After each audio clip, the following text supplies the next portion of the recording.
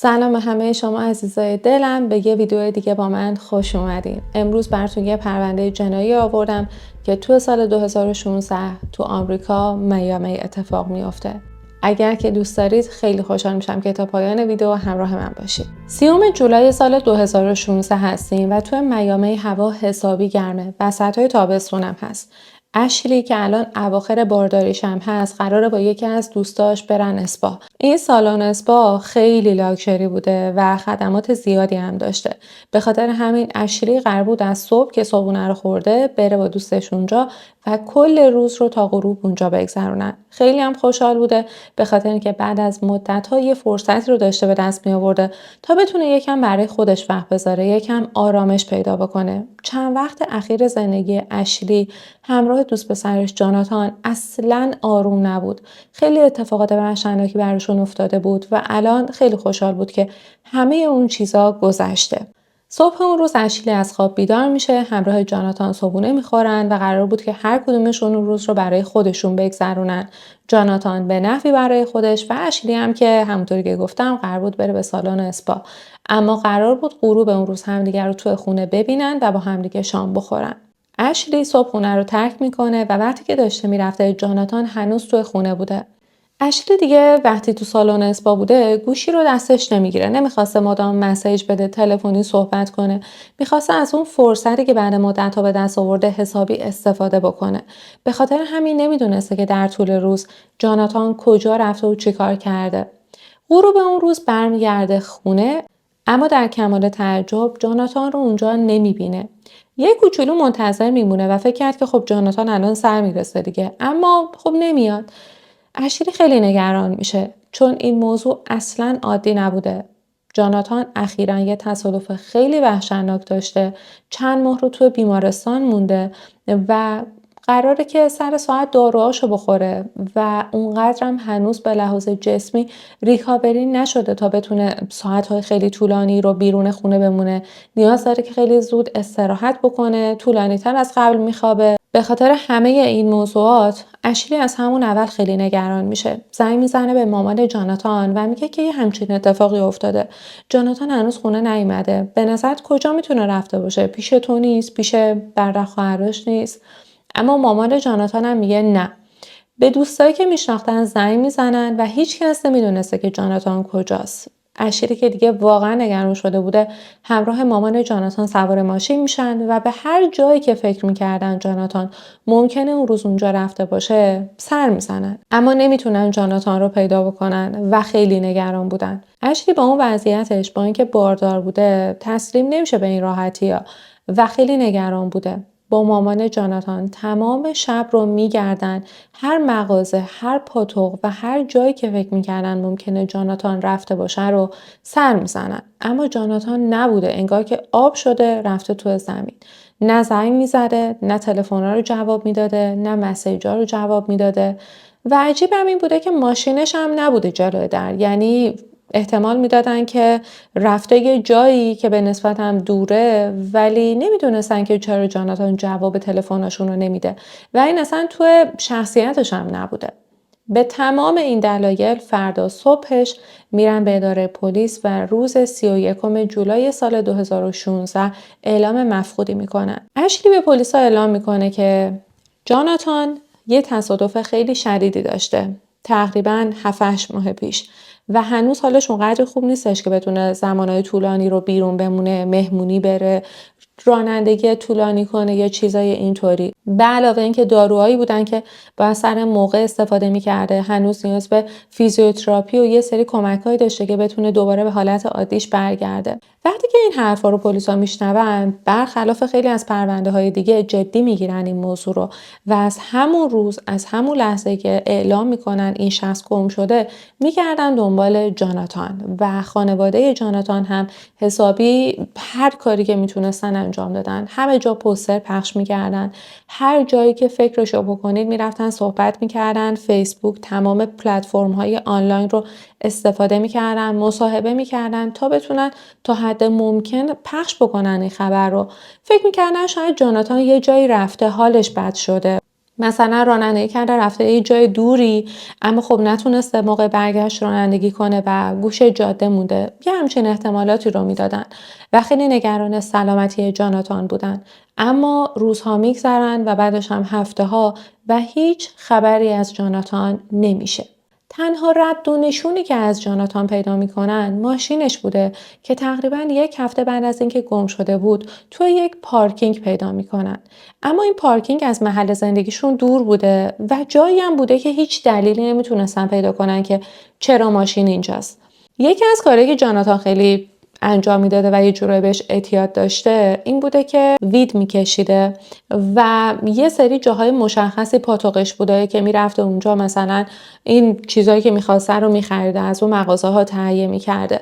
اما نزدیک اون جایی که ماشین رو پیدا کرده بودن نه فروشگاه مورد علاقهش بود، نه جایی بوده که قبلا بخواد بره، نه اصلا چیزی وجود داشت که به نظر کسایی که جاناتان رو میشناختن بخواد بر اون جالب باشه که اومده اینجا. و انگار خیلی رندوم یه نفری ماشین رو از عمد اونجا گذاشته بود. هیچ اثر انگشت و رد و نشون، خون، دی ان ای، هیچ چیزی هم توی ماشین پیدا نشد و هیچ کدوم از وسایل شخصی جاناتان مثل تلفن همراهش هم توی ماشین نبود و همه اینا برای پلیس و خانواده خیلی عجیب و نگران کننده بوده. حالا برای اینکه ما بفهمیم واقعا برای جاناتان چه اتفاقی افتاده لازمه که چند ماه بریم عقب‌تر. جاناتان متولد 5 نوامبر سال 1995 و توی نوامبر 2015 تازه 20 سالش شده. جاناتان خیلی پسر مهربونیه و اوج خلافش همینیه که وید میکشه. کار دیگه ای نمیکنه تو زندگیش که بخواد خلاف محسوب بشه به اون صورت. سوء سابقه ای نداره، پسر پردردسری هم نیست. جاناتان با خانواده‌اش هم خیلی رابطه خوب و صمیمی داره و علاوه بر همه اینها بعد از دبیرستان با اشلی ونگ عشق دوران دبیرستانش آشنا شده بود و الان با همدیگه خیلی رابطه خوب و قشنگی داشتن. جاناتان یه سری دوستای صمیمی هم داشت و یکی از صمیمی‌ترین دوستاش کیلب بود. کیلب که تک فرزند و از یه خانواده ثروتمند بود خیلی پسر خوبی به نظر می رسید. رابطه خیلی خوبی با جاناتان داشتن و کلی هم علایق مشترک داشتن. عاشق ماشین سواری بودن، نه ماشین سواری عادی ها، از این مسابقه های ماشین، یه جورایی رالی. و یه گروهی هم داشتن که به صورت غیرقانونی بدون مجوز مسابقات ماشین سواری برای خودشون برگزار میکردن. یعنی یه جایی رو مشخص میکردن، هر کدوم یه سری ماشینایی رو آماده میکردن، میآوردن اونجا، شرط بندی میکردن یا کارهای مشابه و بعد یه مسابقاتی رو میدادن و حالا یکی برنده میشد. بزرگترین مشکلی که این کارشون داشت این بود که این مسابقات و اینا توی شرایطی برگزار میکردن که اصلا ایمنی وجود نداشت.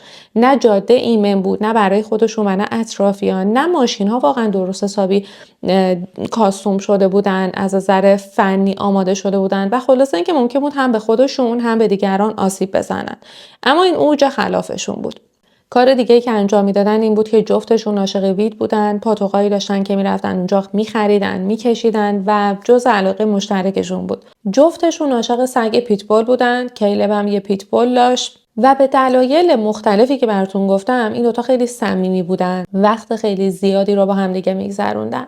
17 نوامبر سال 2015 کیلب گوشی رو برمیداره، زنگ میزنه به جاناتان و میگه جان بدو بیا، یه ماشین جدید خریدم و میخوام نشونت بدم، قراره با هم دیگه بریم دور بزنیم و ببینیم که این ماشین جدید چه کارهایی میتونه انجام بده. البته این ماشین اصلا ماشین جدید و خفنی نبود، یه ماشین معمولی نسبتا قدیمی بود که به قیمت 2000 خورده دلار کیلب اونو خریده بود، آنلاین هم خریده بود و رفته بود ماشین رو برداشته بود از پیش اون آدمه و الان قرار بود که با جان برن با هم دیگه دور بزنن. جاناتان میره سر قرارش با کیلب و سوار ماشین میشه. کیلب راننده بود و جاناتان هم تو قسمت شاگرد یعنی سمت راست نشسته بود. با هم دیگه میرن توی شهر میچرخن، میرن وید میخرن، میرن پیش دوستاشون، سر قرار ماشین سواریشون میرن، با دوستاشون صحبت میکنن و بعدش داشتن همینطوری تو شهر دور میزنن. کیلب یه رو میکنه به جان و بهش میگه که بیا امتحان کنیم ببینیم که این ماشین تا چه سرعتی رو میتونه بره، چقدر میتونه سریع بره و شروع میکنه به گاز دادن. توی جاده‌ای که 50 تا 60 کیلومتر بر ساعت مجاز رانندگی کردن، کیلب با سرعت 150 کیلومتر بر ساعت رانندگی میکنه و خیلی ناگهانی متوجه میشه که یک کامیون داره از روبرو میاد و سر یک تقاطعی میخواد مسیرش رو عوض کنه، یعنی بپیچه در واقع به این سمتی، جایی که اینا داشتن میومدن. کیلب نمیتونه به موقع ماشین رو متوقف کنه و سرعتش رو بیاره پایین و در نتیجه ماشین پرواز میکنه تو هوا، چندین بار ملق میزنه، میفته روی زمین، ماشین روی زمین هم چندین بار ملق میزنه و در نهایت میخوره به اون کامیونه و بعد به یک تیر و متوقف میشه. تصادف خیلی خیلی خیلی شدیدی بوده، به حدی که وقتی که نیروهای امداد میرسن به صحنه نمیتونستن کیلب و جاناتان رو از توی ماشین سریعا خارج بکنن و اول باید ماشین رو با دستگاه‌های فلزبر میبریدن تا بتونن اصلا برسن به کیلب و جان. انقدر صدماتی که به جاناتان وارد شده بوده شدید بوده که وقتی از اونجا خارجش میکنن و میبرن به بیمارستان، همون روز جاناتان رو میبرن به کمای مصنوعی، چون انقدر شدت جراحات زیاد بوده که نمیتونسته در حالت عادی دووم بیاره. کیلب هم شرایط مشابهی داشته و شدت جراحاتی که بهش وارد شده بوده وحشتناک بوده. این دو نفر روزها، هفته‌ها و بعدش هم ماه‌ها توی بیمارستان میمونن. بعد از حدوداً 2 ماه جاناتان از بیمارستان مرخص میشه. اما این مرخص شدن به معنی این نبوده که جاناتان الان حالش کاملا خوبه و شفای کامل پیدا کرده. نه، کلی باید دارو مصرف میکرده، فیزیوتراپی میرفته و علاوه بر اون قسمت وحشتناکش اینجا بوده که توی مارچ سال 2016 4 ماه بعد از اون تصادف کیلب توی بیمارستان جونش رو از دست میده. انقدر شدت جراحاتش زیاد بوده که نتونسته بوده زنده بمونه و الان جاناتان هم آسیب فیزیکی داشته و هم آسیب روانی و بار این اتفاق براش خیلی سنگین بوده. این اتفاق برای خانواده کیلب هم خیلی وحشتناک بوده، یعنی برای هر دو تا خانواده در واقع، اما خب چون کیلب از دنیا رفته بوده خیلی برای خانواده کیلب وحشتناکتر هم بوده. آپریل سال 2016 رابطه پدر کیلب یعنی مایک با جاناتان خیلی صمیمی‌تر میشه. مایک میاد سراغ جاناتان و بهش میگه که پسر من دوست صمیمی تو بوده و من میدونم که الان تو هم مثل من عزاداری،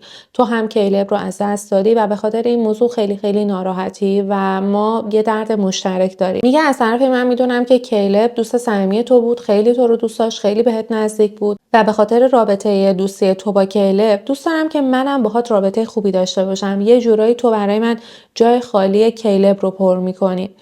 و به همین دلیل مایک خیلی رابطه صمیمی پیدا میکنه با جاناتان. اینم باید بگم که مارک خیلی ثروتمند بوده، بیزنس خودش رو داشته و سالیانه میلیون ها دلار درآمد داشته. به خاطر همین از نظر مالی خیلی به جاناتان و اشلی میرسه. میگه شما اگه خونه نیاز دارین من بهتون خونه میدم.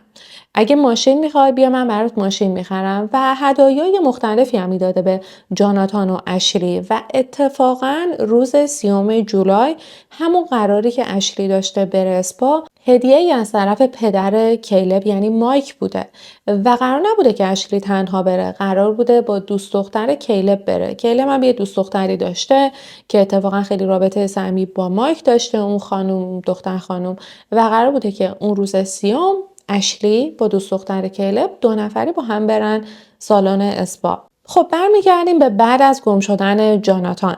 وقتی که تمام این اتفاقات رو اشلی میشینه برای خودش مرور میکنه یه شکی میبره به مایک. با خودش فکر میکنه که چرا مایک باید اصلا این همه بیاد به ما هدیه بده، چرا یهو اینقدر باید بیاد به ما نزدیک بشه، این همه با جاناتان صمیمی بشه و اصلا چرا دقیقاً همون روزی که من رو فرستاده به سالن اسپا و کل روز خونه نبودم جاناتان ناپدید شده. در واقع هم روز 30 جولای وقتی که جاناتان ناپدید میشه یکی از اولین جاهایی که اشلی میره سر میزنه خونه مایک بوده.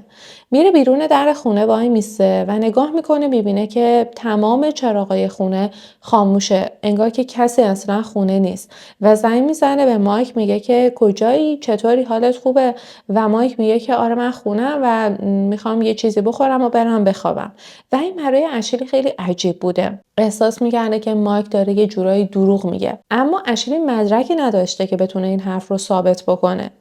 البته یه سری دلایل دیگه هم داشته برای شکی که به مایک داشته. مهمترینش این بود که بعد از اون تصادف مایک ادعا می‌کرده که کیلب نبوده که پشت فرمون نشسته، بلکه جاناتان بوده و حتی این موضوع رو اونقدر جدی میدونسته که به دادگاه شکایت میکنه و ادعا میکنه که جاناتان بوده که پشت فرمون نشسته، رانندگی کرده و باعث مرگ پسر من شده.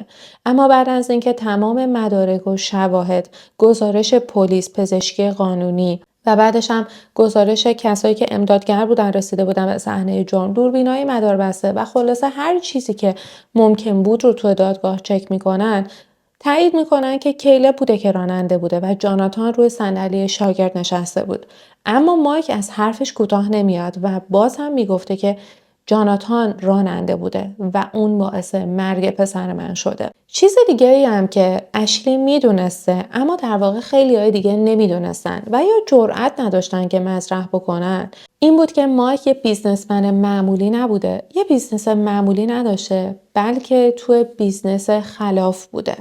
در واقع مارک توی این جرایمی بوده که به صورت تشکیلاتی انجام میدن و پیش میبرن، دزدی‌های مسلحانه مختلفی که انجام میدن، خلافای مختلف، اینکه قاتل استخدام میکنن، فروش مواد مخدر انجام میدن و کارهای مشابه زیادی رو انجام داده بود. اما اشلی مدرکی نداشته که بتونه اینها رو ثابت بکنه. توی گزارشات اولیه‌ای که اشلی میر به پلیس میده و بعدش هم توی صحبتایی که تو روزهای بعد از گم شدن جاناتان با پلیس داشته، اشلی بارها اعلام میکنه که مایک یه آدم خلافکاره، آدم عادی نیست، آدمیه که میتونه قاتل استخدام کنه و هر جوری که دلش بخواد کسی که دوست داشته باشه رو نیست و نابود کنه و کسی نتونه رد و نشونی پیدا بکنه. اما خب نه پلیسا و نه اشلی مدرکی نداشتن. بعد از گم شدن جاناتان تو سال 2017 و بعد از اون گزارشات مختلفی به دست پلیس رسید از طرف آدم‌های مختلف که مربوط میشد به مایک، اما بازم هیچ کدومشون مدرک کافی نبودن تا بتونن مایک رو بازداشت بکنن. چند تا از این موارد رو الان براتون میگم. یه موردی که هست اینه که مایک یه بیزنسی داشته و اون هم نایت کلاب بوده. در واقع کاور کارهای خلافی بوده که انجام میداده، اما خب نایت کلاب داشته. و تو خیابون‌های قبلی و بعدی هم نایت کلاب‌هایی وجود داشتن و این باعث می‌شد که مشتریای کلاب مایک به اندازه که دوست داشته باشه نباشن. یکی از اقداماتی که میکنه این بوده که از طریق 2 نفری که میفرسته به کلاب‌های رقیب مواد شیمیایی رو توی اون کلاب‌ها پخش میکنه که باعث مسمومیت کسایی میشد که میرفتن توی اون کلاب‌ها. تو دومی مورد این کار رو یه دختر جوونی انجام میده که گفت من $3000 از مایک گرفتم و در واقع مایک به من گفته بود که این یه ماده خیلی بی‌ضرریه که من فقط برای انتقام گرفتن در مقابل کاری که اونا انجام دادن میخوام از این ماده استفاده کنم. اما بعد از اینکه پلیسا بررسی میکنن متوجه میشن اون ماده شیمیایی که مایک داده بوده به این دختر تا استفاده بکنه یک نوع سلاح شیمیایی بوده که حتی توی جنگ جهانی اول هم استفادهش ممنوع شده. از این ماده نام نبردن توی پرونده، اما خب گفتن که چقدر خطرناکه. دومین چیزی که به گوش پلیس میرسه این بوده که مایک دزدی‌های زیادی از تیم‌های فروش مواد مخدر انجام داده بوده و این کار رو تحت شرایطی انجام داده بوده که لباس پلیس پوشیده بود. یعنی لباس پلیس میپوشیده، میرفته به اونا بش نشون میداده، مواد مخدرشون رو میگرفته و اونا رو بعداً میفروخته. چند بار این کار رو انجام میده تا اون گروه ها متوجه میشن. چندین مورد گروگانگیری و ضرب و شتم هم اعلام شده بوده علیه مایک، اما باز هم همونطوری که میدونیم مدارکی علیهش وجود نداشته که پلیس بتونه دستگیرش بکنه. می سال 2018 بعد از اینکه تقریباً 2 سالی گذشته بود از گم شدن جاناتان، FBI وارد این پرونده میشه و تمام گزارشات مربوط به این پرونده رو دریافت میکنه و پیشنهاد $20,000 جایزه میده در مقابل اطلاعاتی که بقیه بیان در مورد این پرونده به پلیس اعلام بکنن و البته اگر این اطلاعات کمک کننده باشه. توی تمام این مدت مایک آزاد بوده و اشلی و خانواده جاناتان خیلی میترسیدن که مایک براشون دردسر درست بکنه، تهدیدشون بکنه و هر مشکل دیگه براشون به وجود بیاره، چون مایک کلی آدم و نوچه توی اون شهر داشته. اما با وجود تمام این ترس و تهدیدا خانواده جاناتان تسلیم نشدن و جنگیدن تا بتونن حق جاناتان رو بگیرن. وقتی که FBI وارد این پرونده میشه متوجه میشه که چقدر مایک پرونده سنگینی داره و چقدر آدم خطرناکی میتونه باشه. به خاطر همین از تمام منابعی که در اختیار داشت استفاده میکنه تا بتونه مدارک جمع کنه علیه مایک و نصف و نیمه آماده هم میشه. تو سال 2020 یه آقایی رفته بوده مسابقات خروس جنگی، یه پسر 25-6 ساله‌ای بوده و شروع میکنه، حالا تحت تاثیر مواد یا الکل نمیدونم، اما شروع میکنه به صحبت کردن با افتخار و خوشحالی جلوی تقریبا 100 نفر آدم و میگه که بله من از مایک پول گرفتم و در واقع من کسی بودم که رفته بودم روز 30 جولای سال 2016 جاناتان رو از خونش کشیده بودم بیرون، به زور بردم سوار ماشین خودش کردم و بعد با ماشینش رفتیم به یک اسکله و اونجا سوار قایق مایک شدیم و با قایق رفتیم تا وسط دریا. وقتی که رسیدیم به جایی که کسی ما رو نمیدید من وزنه بستم به پای جاناتان و جاناتان رو پرت کردم توی دریا. جاناتان با وجود اینکه وزن به پاش آویزون بود یه چند دقیقه تونست خودش رو روی آب نگه داره، تونست شنا بکنه، اما بعد از اون خسته شد و بعد رفت زیر آب. و بعدش هم من برگشتم. این حرف رو جلوی چندین نفر گفته بود، تقریبا 100 نفر. و از این شاهدا چند نفر اومدن پیش پلیس و گزارش دادن، گفتن که ما همچین حرفی رو از این شخص شنیدیم. البته از این شخصی که اومد این صحبت رو کرده اسمی برده نشده توی پرونده. یکی از صحبت‌های دیگه‌ای هم که به گوش پلیس میرسه از طرف کسی به نام جیمز بوده. جیمز یکی از افرادی بوده که برای مایک کار میکرده و میگه که من روز 30 جولای 2016 میرم به خونه مایک و میبینم که جاناتان رو به یک صندلی سبز رنگی بسته، دست و پاهای جاناتان رو با چسب محکم بسته به صندلی و دهنش هم بسته، یک کیسه هم گذاشته روی سرش و خون زیادی میگه اونجا ریخته بود و در واقع جاناتان رو شکنجه کرده بودن.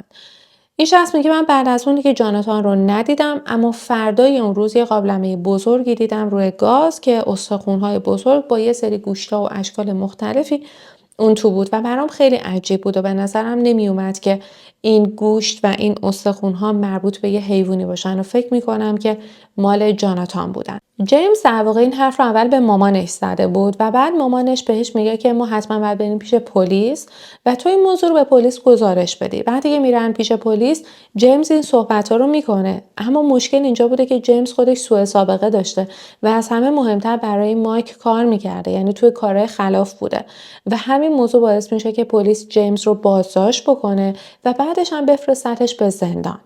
تو زندان یک کسی به جیمز حمله میکنه و انقدر شدت این حمله و جراحاتی که به جیمز وارد شده بود زیاد بود که بعد از چند روز توی بیمارستان جیمز جونش رو از دست میده و در نتیجه دیگه نمیتونه این حرفا و این اعترافات رو در مورد مایک توی دادگاه بیان بکنه. اما میایم جلوتر و میرسیم به سال 2020.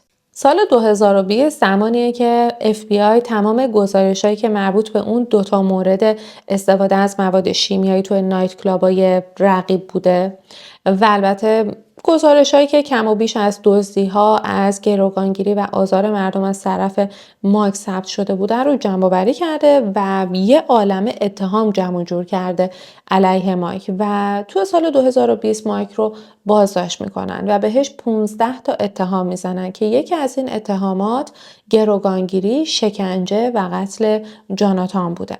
وقتی که پلیسا میرن صحبت میکنن و بازجویی‌ها رو انجام میدن پیشنهاد پریدیل میکنن به مایک و مایک هم قبول میکنه و قبول میکنه که توی دادگاه اعتراف بکنه به قتل جاناتان و در ازاش حکم کمتری رو بگیره. بهار سال 2020 دادگاه‌های مایک تشکیل میشن و 99 روز این دادگاه‌ها طول میکشن. جلسات خیلی طولانی بودن، مدارک خیلی زیاد و طولانی توی این دادگاه‌ها بررسی میشه. البته ویدیوهای این دادگاه در دسترس است، تا جایی که من گشتم نتونستم پیدا بکنم. این دادگاه به صورت غیر علنی در واقع برگزار شده و در نهایت حکمی که از دادگاه میاد بیرونی بوده که به چند تا از این 15 تا اتهام و از جمله قتل جاناتان متهم شده بوده و الان بعد میرفته به زندان. سلولی که مایک قرار بود اونجا بگذرونه روزای زندانیش رو به شدت محافظت شده بوده. هیچ چیز تیزی، فلزی، ملافه و هیچ چیزی که امکانی وجود داشته باشه که از طریق اون به خودش آسیب بزنه توی اون سلول وجود نداشته. اما در کمال تعجب 1 دسامبر سال 2024 مایک رو مرده توی سلول خودش پیدا میکنن و بعد از اینکه کالبد شکافی انجام میدن متوجه میشن که علت مرگ اووردوز بوده که خب خیلی عجیب بوده، به خاطر اینکه به گفته دوستای مایک و خانواده‌اش مایک اصلا مشکل مصرف مواد مخدر نداشته و هیچ وقت حتی سیگار هم نکشیده بوده، چه برسه به اینکه بخواد مواد مخدر استفاده کنه. به علاوه اینکه بعد از اینکه در واقع مایک رو مجرم میشناسن، قرار بوده دادگاه دیگه ای هم تشکیل بشه که مربوط میشده به اموال مایک، به خاطر اینکه وقتی دادگاه تایید بکنه که درآمد این شخص از طریق فروش مواد مخدر و کارهای خلاف بوده، دولت میتونه بیاد توی دادگاه ثابت بکنه که این اموال تماما از اون راه بوده و اموال رو مصادره بکنه.